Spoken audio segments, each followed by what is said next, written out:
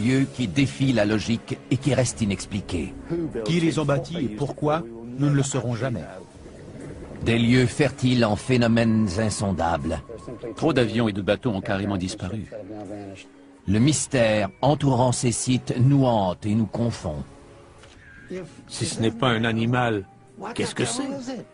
Restez avec nous alors que nous allons faire le décompte des 10 endroits les plus mystérieux au monde.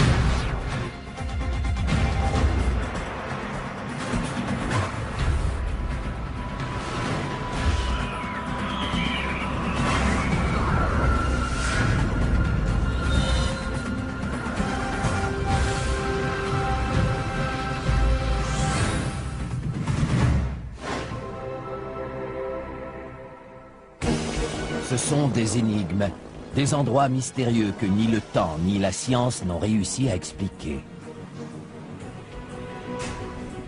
Les légendes qui entourent ces endroits ont donné naissance à de bonnes histoires à raconter et nous mettent au défi de trouver une explication rationnelle. Des scientifiques et des passionnés consacrent leur vie à tenter de trouver une explication à ces phénomènes. En 10e position de notre décompte, les anciennes cavernes qui ont le pouvoir mystérieux de rendre insensibles à la douleur tous ceux qui ont la foi. Ils admirent ceux qui se piquent avec des aiguilles et qui ne saignent pas.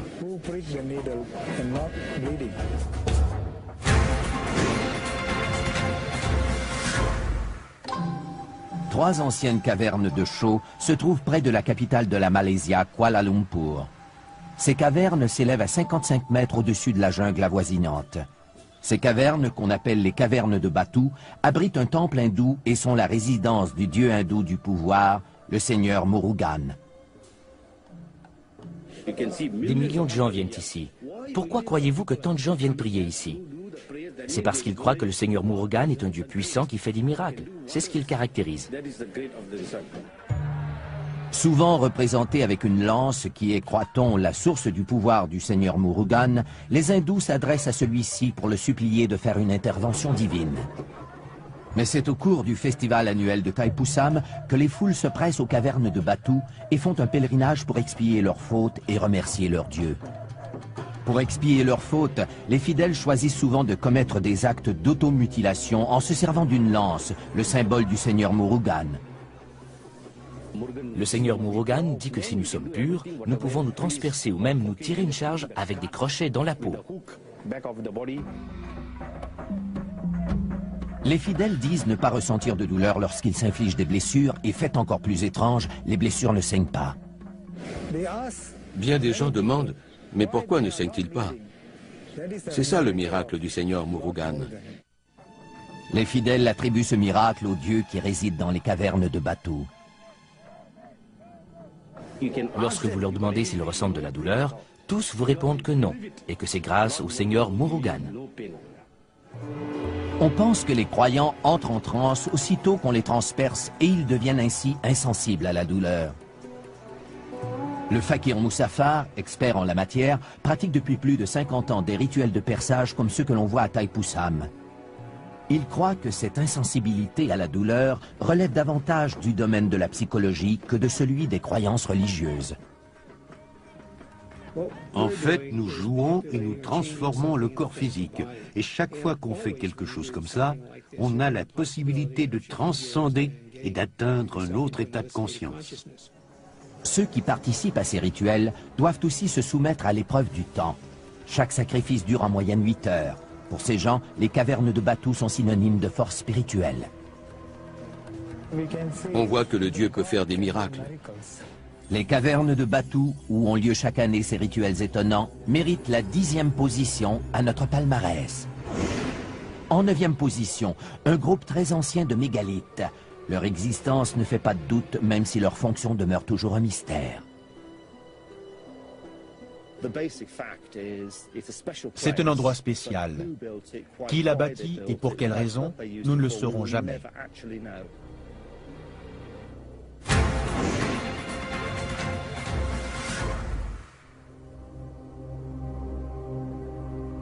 Une énigme très ancienne dont nous n'avons pas la clé. L'étrange groupe de piliers préhistoriques que l'on connaît sous le nom de Stonehenge se dresse, silencieux, dans la campagne anglaise depuis 3500 ans. On a dit qu'ils provenaient de l'espace, que c'était un calendrier solaire ou mathématique construit par les Égyptiens. Ce que l'on sait, c'est que ce projet gigantesque a débuté il y a plus de 5000 ans et qu'on en a mis 1500 à le compléter. Des générations s'y sont succédées et ont érigé ces pierres qui pèsent jusqu'à 35 tonnes. Les pierres ont été transportées par l'homme. Les plus grosses proviennent de Marlborough Downs, qui se trouve à 30 km au nord. Les plus petites, connues sous le nom de pierres bleues, proviennent du pays de Galles occidentale, à plus de 320 km d'ici. On ignore quelles routes ont été empruntées et comment les pierres ont été transportées jusqu'ici. Nous n'avons pas d'informations.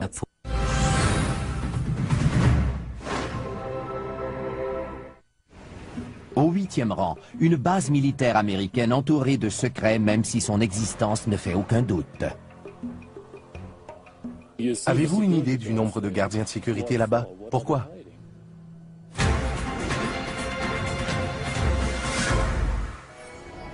Dans le désert au nord de Las Vegas, existe un espace aérien militaire avec un accès limité de 1500 km².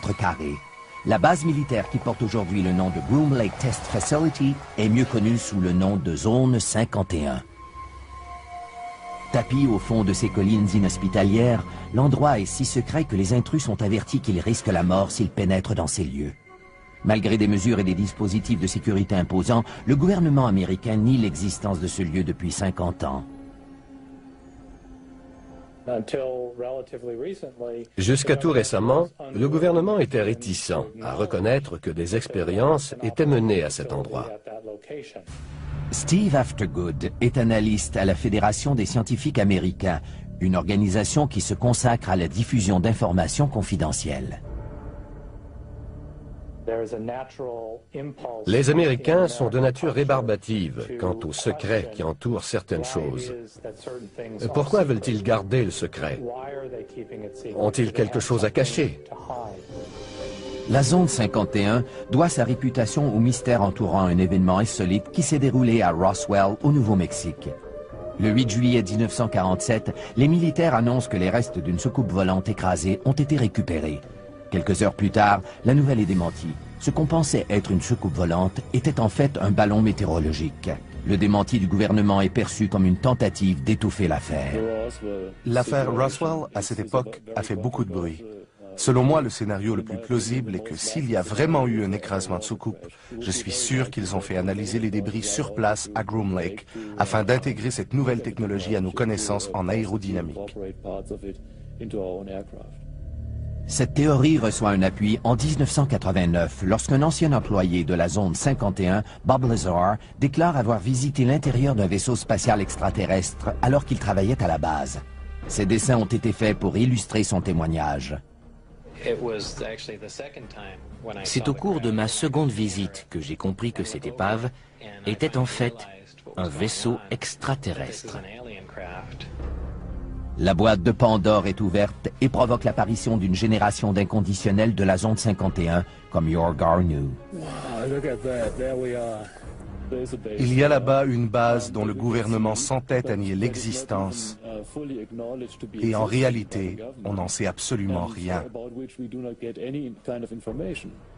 Malgré que la base soit entourée par plus de 35 000 hectares de terre appartenant à l'armée, les montagnes des alentours offrent une vue imprenable sur la base secrète.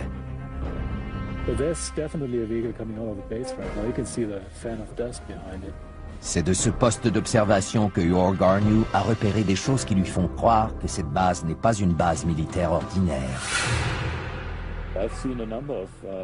J'ai vu d'étranges lumières dans le ciel qui provenaient d'avions qui faisaient des manœuvres très inhabituelles. Un des avions que j'ai pu observer n'était qu'un fuselage, sans ailes.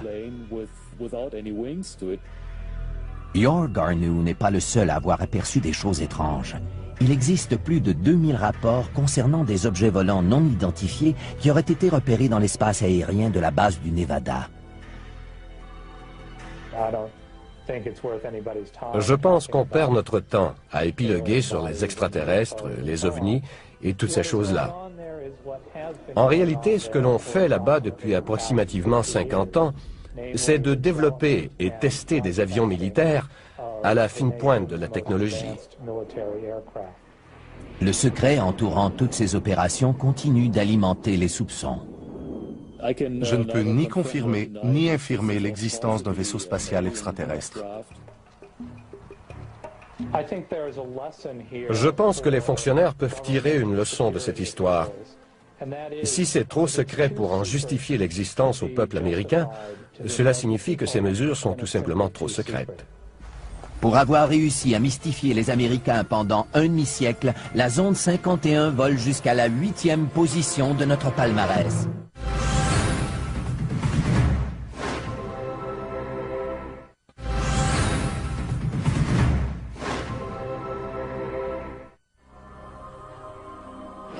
C'est surnaturel, cela dépasse l'entendement.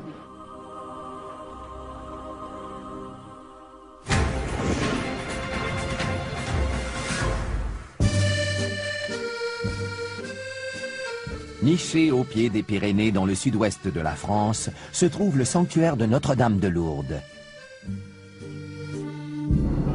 Tous les ans, plus de 6 millions de malades et d'infirmes y font un pèlerinage en espérant un miracle. J'ai été témoin d'une foule de petits miracles qui se sont produits ici. Les gens disaient, c'est une coïncidence, mais c'était plus qu'une coïncidence. Le premier miracle se produit tôt au printemps de 1858, lorsque les Soubirous, de pauvres fermiers, envoient leur fille Bernadette, âgée de 14 ans, chercher du bois dans la forêt.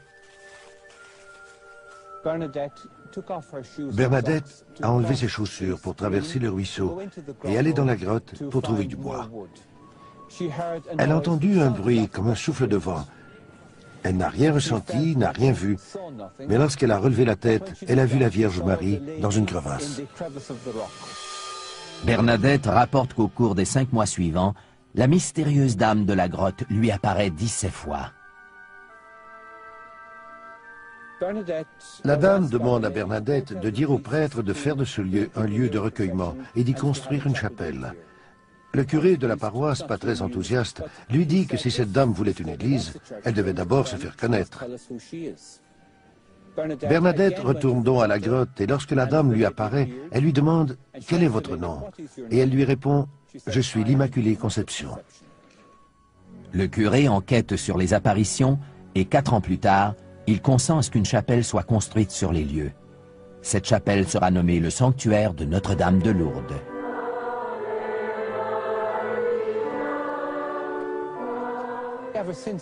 Depuis, chaque année, les gens viennent ici en pèlerinage. Ils se disent attirés par la grotte et affirment que c'est Notre-Dame qui les appelle. Des milliers de fidèles atteints de maladies incurables se sont dit miraculeusement guéris, mais seul un petit pourcentage de ces cas est considéré comme de vrais miracles. Depuis que Lourdes existe, 6500 personnes ont déclaré avoir été miraculeusement guéries. Toutefois, 66 cas seulement ont été officiellement reconnus par le Bureau international de médecine comme des guérisons miraculeuses. On pense que ces guérisons sont attribuables à l'eau de source qui coule tout près. Les gens vont à la source et y boivent. Ils s'aspergent et s'immergent dans cette eau miraculeuse dans l'espoir de guérir. Il y a environ 8 ans, on a découvert que je souffrais d'arthrite rhumatismale. Et il y a 3 ans, j'étais pratiquement invalide et on a dû opérer mes 2 genoux. Ce serait très agréable pour moi si la Vierge Marie entendait ma prière et faisait en sorte que je sois guérie.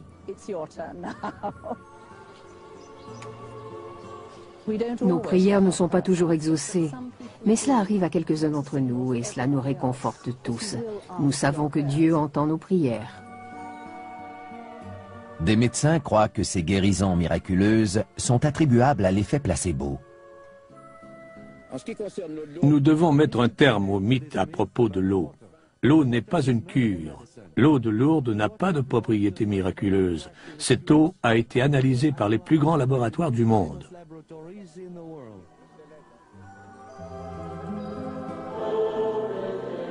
C'est peut-être vrai au point de vue scientifique, mais la foi des fidèles n'est pas remise en question pour autant.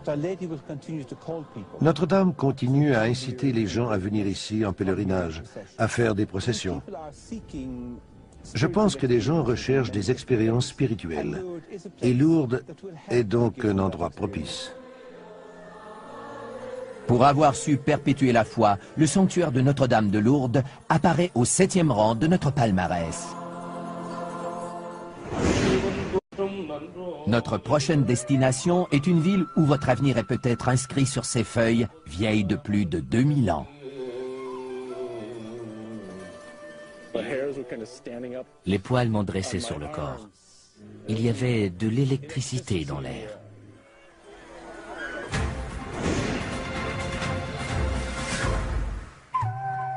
Il y a environ 2000 ans, à l'époque du Christ, 7 sages indiens appelés les Saptirashi ont écrit sur des feuilles de palmier les grandes lignes de la vie de toutes les personnes qui vivent sur la terre.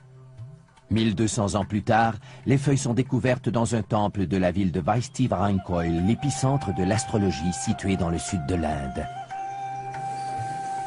C'est ici que vivent les liseurs de Nadi, des astrologues qui depuis 600 ans utilisent les anciens écrits sanscrits pour prédire l'avenir et connaître le passé. Vous ne pouvez lire les feuilles qu'ici. Ce n'est pas pareil si vous apportez les feuilles ailleurs pour les lire.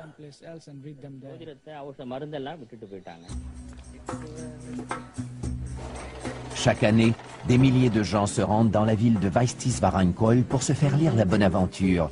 Mais seuls quelques heureux élus verront leur souhait exaucé. C'est écrit dans les feuilles de Nadi que seulement les gens choisis pourront se faire lire l'avenir. Ces choses-là sont décidées par une volonté supérieure. Si vous êtes du nombre, vous le saurez.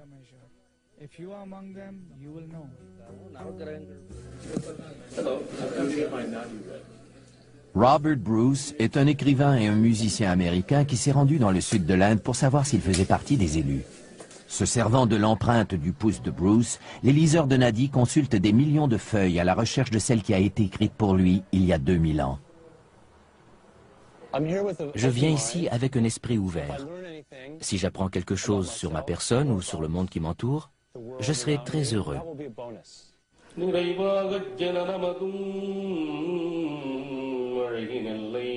Les écrits sont traduits en poèmes et chantés comme ils l'ont toujours été depuis des centaines d'années.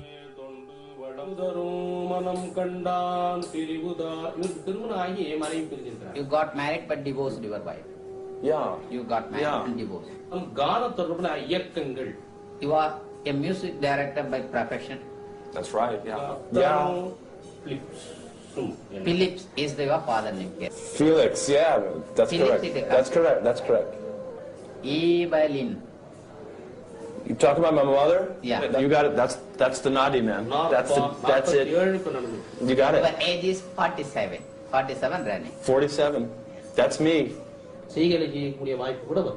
You are going to establish an educational institution related to music and use music as an instrument to heal the people by composing the new musical notes.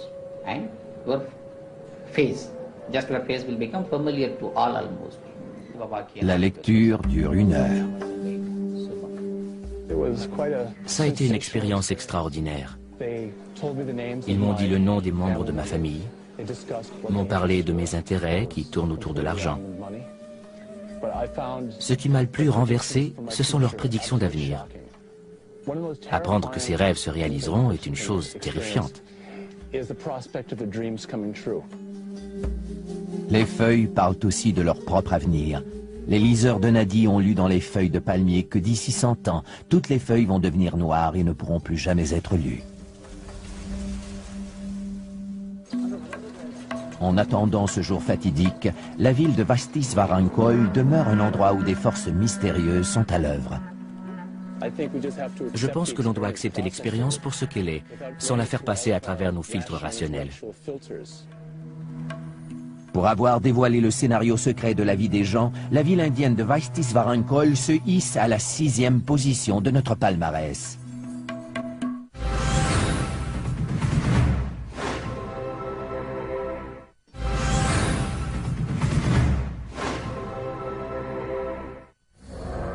À la 5e position, une force inconnue entraîne ses victimes par le fond.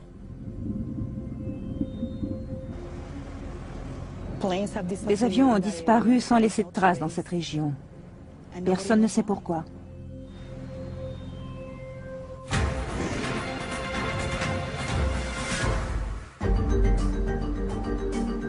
De la pointe des Bermudes jusqu'à l'île de Porto Rico, en longeant la côte de la Floride, le triangle des Bermudes occupe un espace d'environ 4 millions de kilomètres carrés de ciel et de mer. Depuis 50 ans, des escadrons entiers d'avions, un nombre incalculable de bateaux sont disparus dans cette zone, pour la plupart sans laisser de traces. Trop d'avions et d'embarcations ont disparu pour que ce soit une coïncidence. Au siècle dernier, il y en a eu 300. L'endroit, connu sous le nom de Triangle du Diable, attire la première fois l'attention du monde à l'hiver 1945, alors que l'escadron 19 disparaît corps et biens. Le vol 19 était un escadron de 5 bombardiers Avenger Torpedo.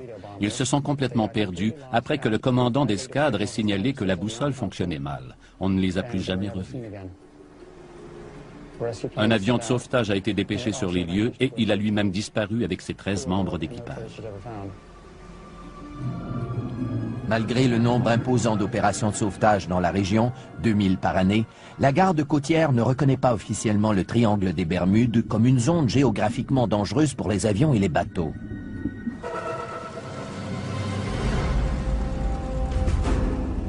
Pour le pilote José Maldonado Torres, le triangle des Bermudes sera à la hauteur de sa triste réputation. Le 28 juin 1980, José et son copilote quittent la République dominicaine et mettent le cap sur Porto Rico.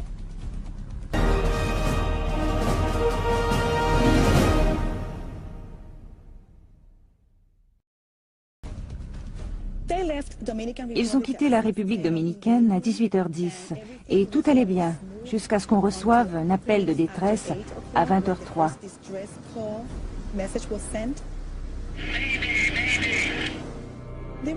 Ils essayaient d'entrer en contact avec la tour de contrôle de Porto Rico. Ils ont seulement réussi à entrer en communication avec un appareil de la flotte Iberia, le vol 976, qui volait vers l'Espagne en provenance de Saint-Domingue.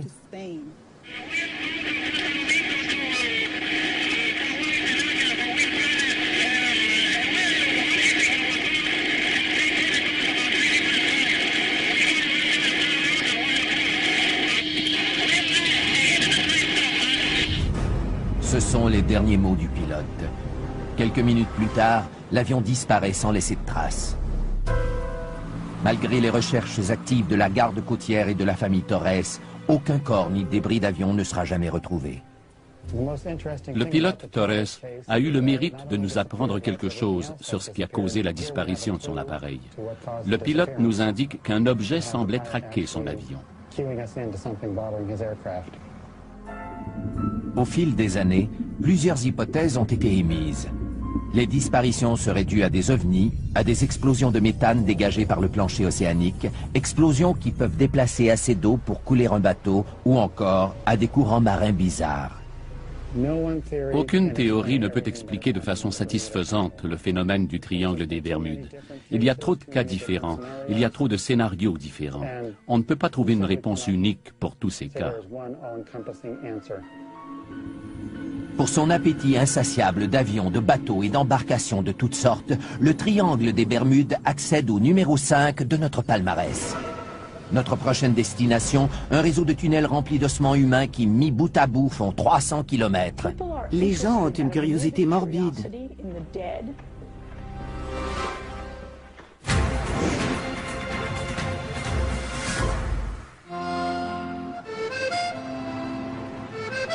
Sous les rues animées de Paris reposent les restes de 7 millions de personnes dans la quiétude et l'humidité des catacombes. Une sépulture connue sous le nom de l'Empire de la Mort. Les catacombes sont un endroit sombre et souterrain où l'on retrouve les ossements de gens pauvres et anonymes. Les personnes ensevelies dans les catacombes étaient de petites gens sans grande identité ou importance sociale.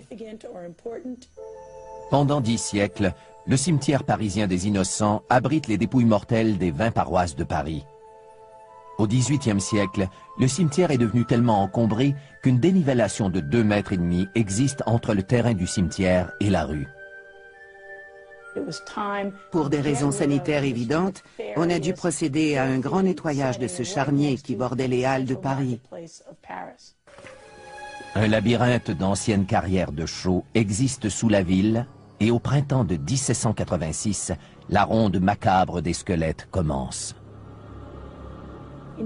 Au début, ils se contentaient de jeter les ossements pêle-mêle dans ces énormes tunnels.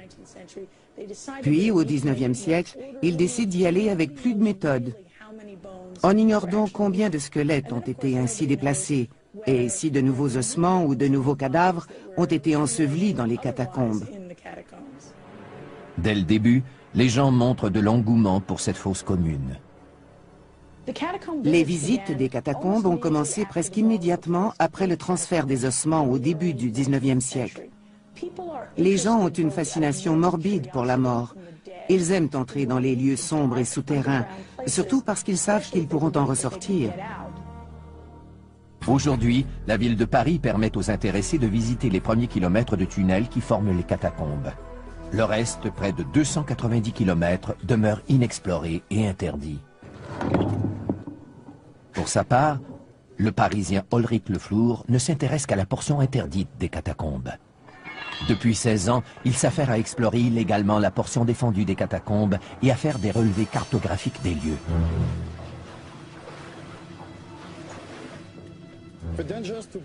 Les dangers qui guettent un amateur de catacombes sont nombreux. Le premier est d'être pincé par la police, et le second, d'être tué par un éboulis lorsque nous creusons pour élargir un tunnel.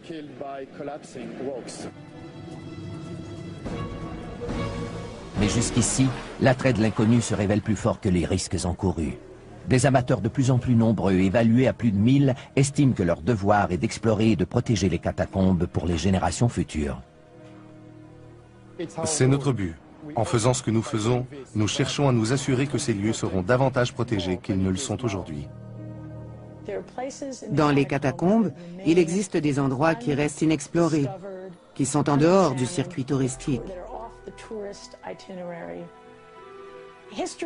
L'histoire nous a toujours confrontés à des mystères inhabituels et non résolus. Si des gens passent plus de temps dans les catacombes, ils peuvent trouver de nouvelles façons de réfléchir sur la relation des vivants avec la mort, au XIXe siècle et même de nos jours. En tant qu'extraordinaire sanctuaire de la mort, les catacombes se feraient un passage jusqu'à la 4e position de notre palmarès.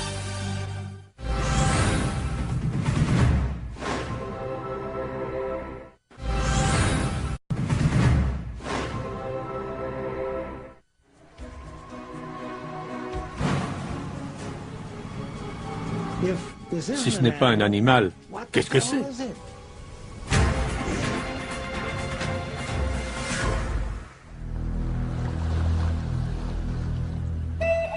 Au cœur des montagnes d'Écosse, on retrouve un plan d'eau qui s'étend sur une distance de 38 km et qui recouvre une faille sismique d'une profondeur de 250 mètres.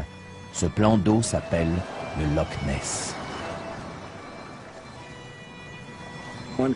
C'est l'endroit idéal où peuvent se cacher des créatures monstrueuses.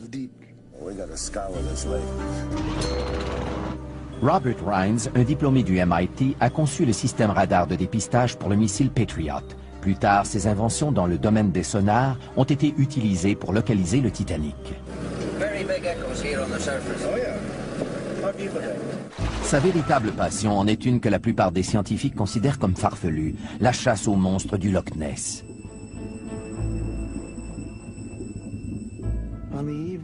Le soir du 23 juin 1972, jamais je n'oublierai cette date, j'ai vu cette immense forme arrondie qui émergeait des eaux calmes.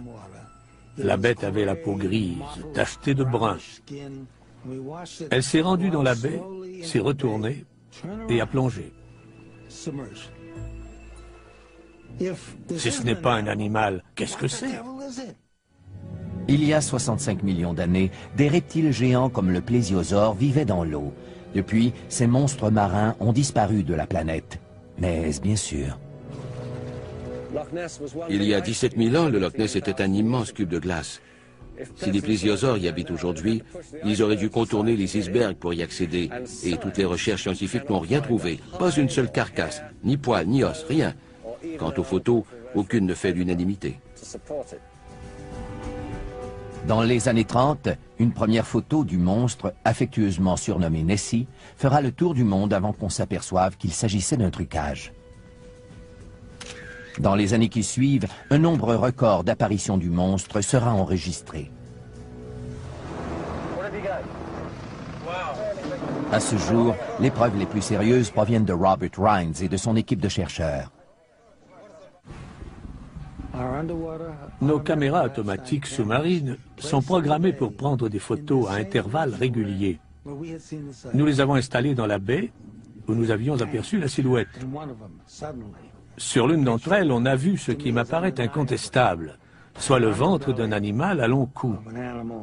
On peut même percevoir le contour des yeux et de la bouche.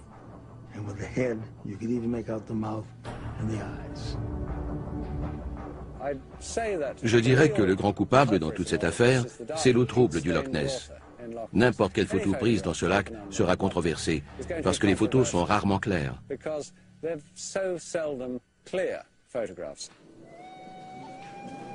Adrian Shine, un naturaliste de la région, sillonne ces eaux mystérieuses depuis presque aussi longtemps que Robert Rines.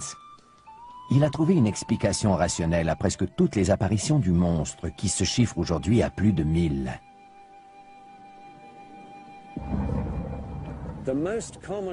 La cause la plus courante de ces supposées apparitions du monstre, ce sont les vagues créées par les embarcations.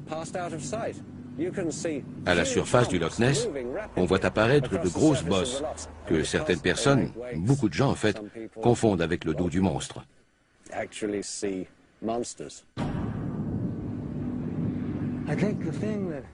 Ce qui me pousse à rester dans la course, c'est que d'abord, je ne pense pas que je sois assez stupide pour mal juger ce que j'ai observé de mes propres yeux. J'aimerais prouver à ceux qui disent que c'est impossible qu'ils se trompent. J'aimerais les voir mordre la poussière. En tant que centre de la plus célèbre chasse aux monstres marins du monde, le Loch Ness émerge à la 3e position de notre palmarès. À la prochaine position, nous retrouvons les anciens dessins géants du désert péruvien qui, étrangement, ne sont visibles que du haut des airs. Nous ne saurons jamais pourquoi ils ont été dessinés, parce que les anciens qui savaient ne sont plus là pour nous le dire.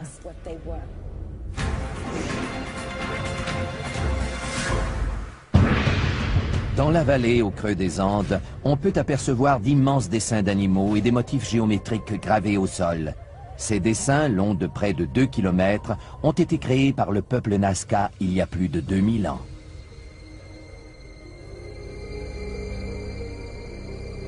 Ces dessins, qui ne sont perceptibles qu'à haute altitude, ont été découverts durant les années 20, lorsque les premiers avions commerciaux ont commencé à survoler le désert péruvien.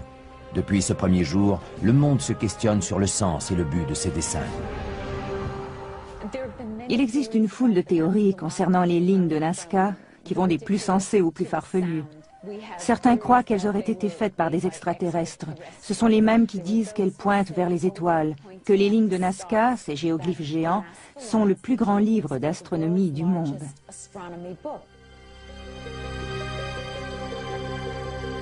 L'archéologue Helen Silverman se spécialise dans la poterie Nazca depuis plus de 30 ans et elle a découvert que les images d'animaux et d'humains peintes sur les poteries sont les mêmes qui ont été reproduites dans le désert. Ces dessins biomorphiques vont de l'araignée qui fait 45 mètres au condor qui atteint 135 mètres. Pourquoi les ont-ils fait aussi grands s'ils ne pouvaient jamais les voir en entier? Ils n'ont pas été faits par des extraterrestres. Ils n'ont pas été conçus pour être vus d'en haut, puisque nous savons que les Nazca ne volaient pas et n'avaient pas de montgolfière. La seule chose qui ne soit pas un mystère pour personne, c'est la façon dont ces biomorphes ont été faits. Ils ont enlevé la couche supérieure du sol, mettant à jour la couche sous-jacente de couleur plus claire, puis ils ont installé des roches pour en souligner le contour. Les lignes Nazca ont été parfaitement préservées grâce au climat extrêmement aride qui prévaut dans cette région désertique. C'est cette pénurie de pluie qui laisse croire à certains chercheurs que ces dessins sont plus qu'une œuvre d'art. David Johnson est un chercheur Nazca qui utilise une baguette de sourcier pour localiser les sources d'eau souterraines. Je crois que les lignes de Nazca sont à l'origine une carte des aqueducs qui servait aux gens qui vivaient ici dans le passé et qui peuvent encore être utilisées par les gens dans le futur. En observant les petites oscillations de ces baguettes spéciales causées par les subtiles énergies de la Terre, David croit qu'il a mis à jour un ancien réseau d'aqueducs que les Nazca appelaient Puquios.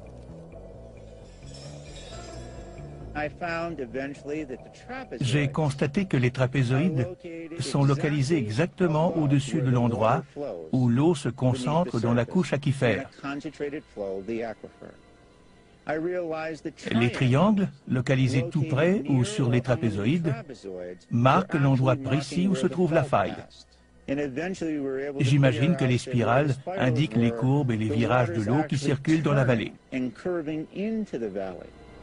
La théorie de Johnson, qui veut que les lignes soient une carte de réseau d'aqueducs, n'explique pas les 70 dessins de plantes et d'animaux disséminés à travers la vallée. Les lignes de Nazca resteront toujours une énigme. Pourquoi cette échelle, cette dimension, toute cette magnificence? Et dans quel but précis ont-elles été tracées? Pour avoir converti le sol aride du désert en galerie d'art ancien, les lignes de Nazca sont à jamais gravées à la 2e position de notre palmarès.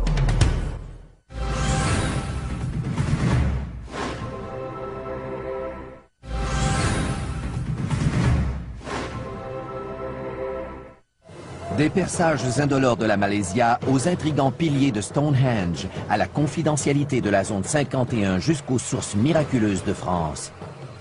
Nous avons vu les feuilles qui révèlent le futur, avons visité le lieu de perdition des voyageurs ainsi qu'un cimetière souterrain. Nous avons vu aussi une supposée réserve préhistorique et des dessins géants dans le désert. Nous avons gardé pour la fin le site le plus mystérieux d'entre tous. L'endroit le plus mystérieux au monde est le berceau de toutes les civilisations. C'est la raison pour laquelle tant de gens ont consacré leur vie à sa recherche. Nos découvertes peuvent changer la façon d'écrire l'histoire.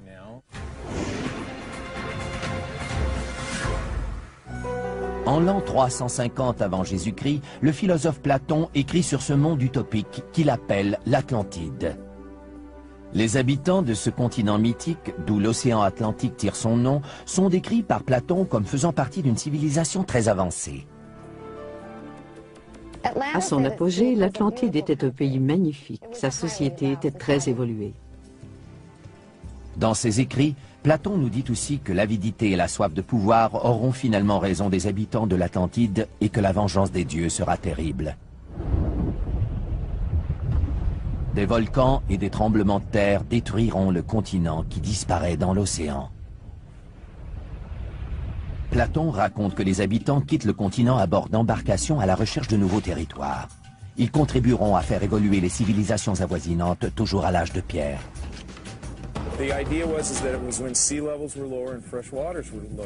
Le célèbre archéologue marin Michael Fort accompagne ses étudiants dans le golfe du Mexique à la recherche d'artefacts pouvant confirmer la migration des habitants de l'Atlantide.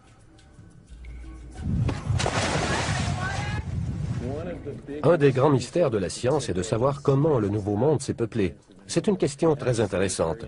D'ailleurs, lorsque Christophe Colomb a découvert l'Amérique, la première question qu'il s'est posée a été celle-ci.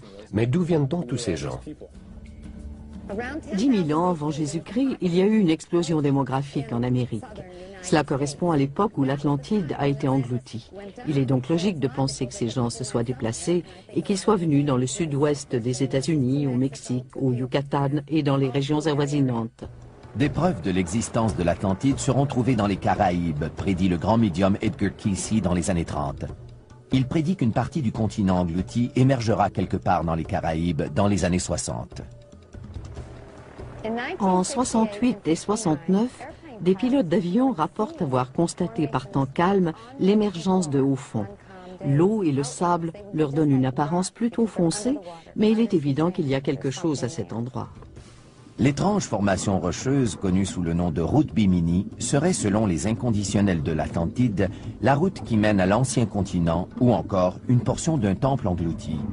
Les autres disent que les deux lignes à peu près parallèles sont l'œuvre de Mère Nature.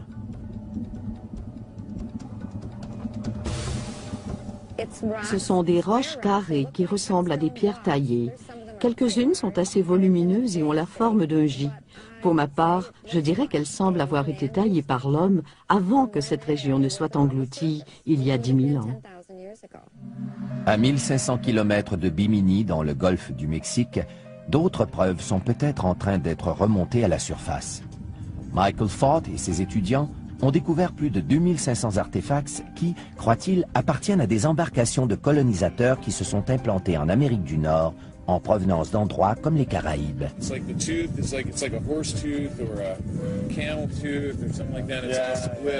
A-t-on trouvé des preuves de la migration des habitants de l'Atlantide, ou plutôt des renseignements précieux sur les Paléo-Indiens, les premiers habitants connus d'Amérique? Est-ce que les Paléo-Indiens avaient des occupations côtières, des bateaux, un style de vie que nous ignorions parce que les preuves avaient été submergées? Ils sont peut-être venus sur le continent suite à une migration. C'est la grande question qu'il faut se poser et c'est une question à laquelle nous ne pouvons pas répondre maintenant. Reste à savoir si les écrits de Platon sur l'Atlantide étaient une leçon d'histoire ou simplement une fable visant à mettre en garde les civilisations futures de la fragile existence de l'homme. Le problème, c'est qu'il n'y a pas d'endroit précis où l'on peut situer l'Atlantide. Si l'Atlantide était localisée, on devrait alors fournir une explication géologique sur ce qui s'est passé, et on devrait montrer comment les choses ont ensuite évolué.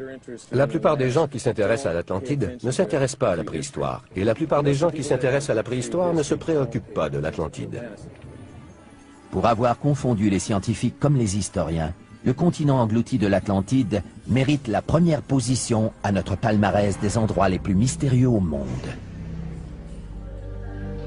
Ces lieux imprégnés de mystère nous mettent au défi de trouver la clé de l'énigme.